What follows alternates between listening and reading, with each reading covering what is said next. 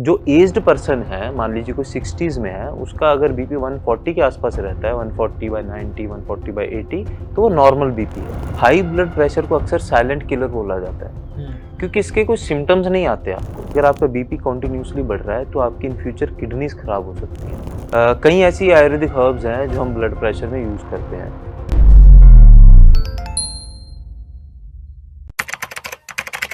नमस्कार, D5 channel Hindi देख रहे सभी दर्शकों का मैं विभोर चट्टा स्वागत करता हूं। आज हमारे साथ स्टूडियो में मौजूद हैं डॉक्टर शुभम वर्धा आयुर्वेदा के फाउंडर हैं और सीनियर आयुर्वेदिक एक्सपर्ट हैं। हमारे साथ मौजूद हैं। सर, आपका बहुत बहुत स्वागत है।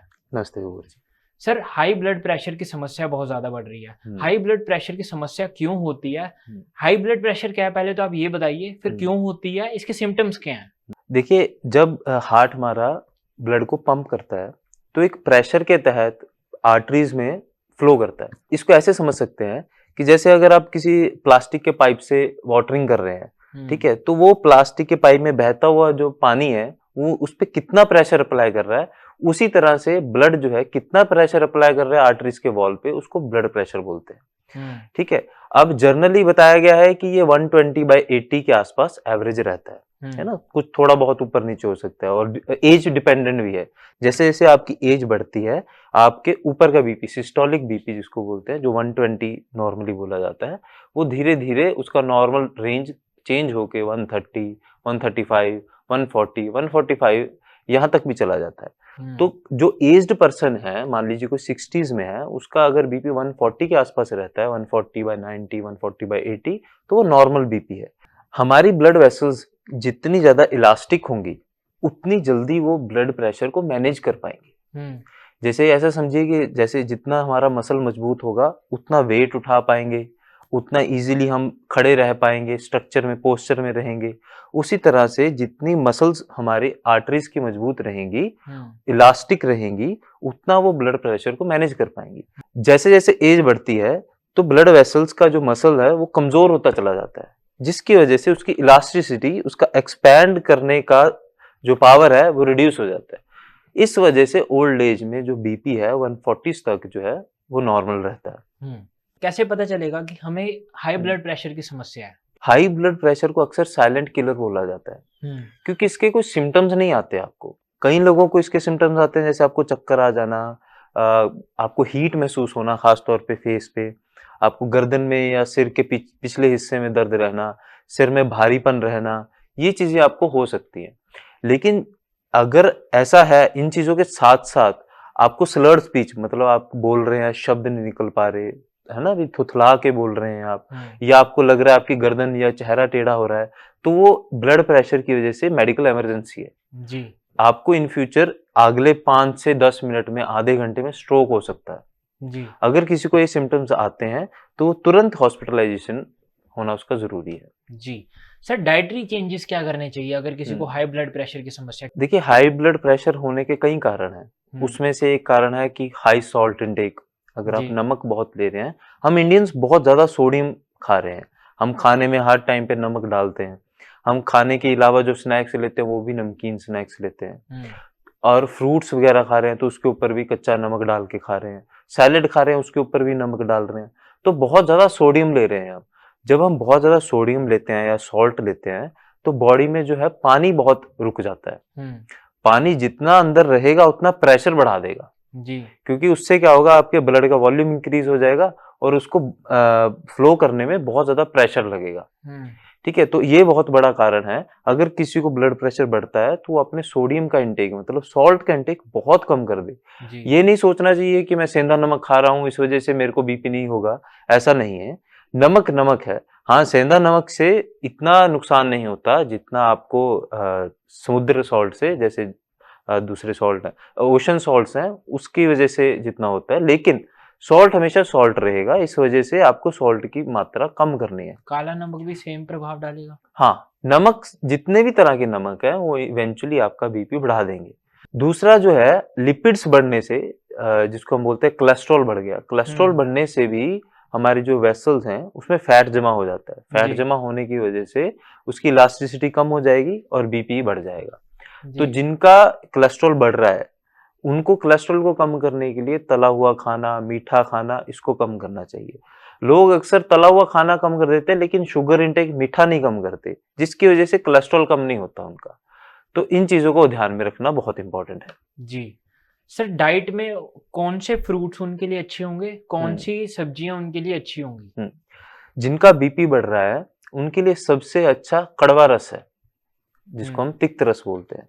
तो ऐसी चीजें जैसे करेला हो गया खाने में। अब करेला हम लोग बनाते हैं, उसमें भी नमकीन मसाला भर देते हैं बहुत ज्यादा, तो करेले का फायदा भी नहीं होता। जी। तो करेले की सब्जी को बिना मसाले के खाना, करेले का जूस लेना, परवल की सब्जी खाना, परवल का जूस लेना, परवल को कच्चा खाना, ये और जितने भी जैसे खीरा हो गया, जैसे हम पंजाबी में बोलते हैं चिब्बड़, वो चीजें होगी। जितने भी इस कैटेगरी के सब्जियां हैं या फ्रूट्स हैं, जैसे एक हो गया ककड़ी हो गया, अगर उनको लेंगे तो बीपी रिड्यूस होगा। इसी तरह सब्जी में कमल ककड़ी आती है, उसको लेंगे तो बीपी रिड्यूस होगा। सर अगर किसी का बीपी बढ़ जाता है तो शरीर में क्या क्या नुकसान होता है उसकी वजह से? एक तो जैसे मैंने बताया कि मेडिकल इमरजेंसी स्ट्रोक पैदा हो सकता है। अगर आपका बीपी 170 से ऊपर चला जाए, 180, 190, 200 चला जाए, तो ब्रेन की जो बारीक बारीक नसें होती हैं वो फट सकती हैं। उसके फटने से आपको हेमरेज अंदर हो जाएगा और अधरंग जिसको बोलते हैं, हेमीप्लेजिया वगैरह, ये सब चीजें हो सकती हैं। दूसरा आपको जैसे एपिस्टेक्सिस, बीपी बढ़ने से बोलते हैं हम पंजाबी में नक्सीर का चल जाना है ना, नाक से खून निकल आना, ये चीज हो सकती है। फिर बीपी बढ़ने से आपकी आंखों की रोशनी कम हो सकती है। बीपी बढ़ने से आपकी जो किडनी है वहां पे असर हो सकता है, आपकी किडनीज खराब हो सकती हैं। बीपी बढ़ने से जो आपका हार्ट है, हार्ट के मसल्स हैं, वो कमजोर हो सकते हैं। तो जहां जहां भी बहुत बारीक बारीक ब्लड वेसल्स जाती हैं ब्लड सप्लाई के लिए, अगर बीपी बढ़ जाएगा तो वो रप्चर हो सकती है और उस ऑर्गन को नुकसान हो सकता है। जी। सर कौन सी ऐसी आयुर्वेदिक हर्ब्स हैं जो हमारे ब्लड प्रेशर को कंट्रोल करने में फायदेमंद है और कोलेस्ट्रॉल भी साथ साथ कंट्रोल करे तो ज्यादा बेहतर है? कई ऐसी आयुर्वेदिक हर्ब्स हैं जो हम ब्लड प्रेशर में यूज करते हैं। सर्पगंधा है, लहसुन है, अश्वगंधा है, इन सब चीजों को हम यूज करते हैं। डिपेंड करता है कि आपका बीपी बढ़ क्यों रहा है। अगर मेंटल स्ट्रेस की वजह से बढ़ रहा है तो आपको मेंटल स्ट्रेस को ठीक करना पड़ेगा, ठीक है। अगर किसी और वजह से बढ़ रहा है, अगर ऐसा भी होता है कि किडनी डिसऑर्डर की वजह से आपका बीपी बढ़ने लग जाता है जी, अगर ऐसा हो तो उसके ऊपर काम करेंगे तो वो ठीक होने लग जाएगा। अब जैसे जिन लोगों को किडनी की वजह से बीपी बढ़ रहा है या बीपी की वजह से किडनी खराब होती है, उनमें हम पुनर्नवा यूज करते हैं। पुनर्नवा का बहुत अच्छा रिजल्ट आता है जी। उसमें। कोलेस्ट्रॉल को ठीक करने के लिए हम क्या कर सकते हैं? देखिए, मैंने बताया कि अभी जितनी भी कड़वी चीजें आप लेंगे उससे जो है बॉडी का कोलेस्ट्रॉल कम होना शुरू हो जाएगा। ऐसे ही कई हर्ब्स हैं, जैसे पटोल है, कुटकी है, पुनर्नवा है, ये सब जो है अपने जमे हुए फैट को क्लीन करता है। अर्जुन है, जितना भी आपकी ब्लड वेसल्स में फैट जमा हुआ है उसको क्लीन करता है और कोलेस्ट्रॉल कम करने के साथ साथ ब्लड प्रेशर को भी रिड्यूस करते हैं। तो ये सब चीजें हम यूज करते हैं इसमें। जी। सर दर्शकों को किन बातों का खास तौर पर ध्यान रखना चाहिए अगर उनको हाई ब्लड प्रेशर की समस्या है तो? अगर हाई ब्लड प्रेशर की समस्या है तो सबसे जरूरी बात यही है कि आपने, जैसे मैंने सिम्टम्स बताया, लिस्ट ऑफ सिम्टम्स, की सिर दर्द होना, आंखों के सामने अंधेरा आना, जुबान थथलाना, चेहरा टेढ़ा होना, चक्कर महसूस होना, ये सब चीजें अगर आपको एक साथ हो रही हैं तो आपको स्ट्रोक हो सकता है।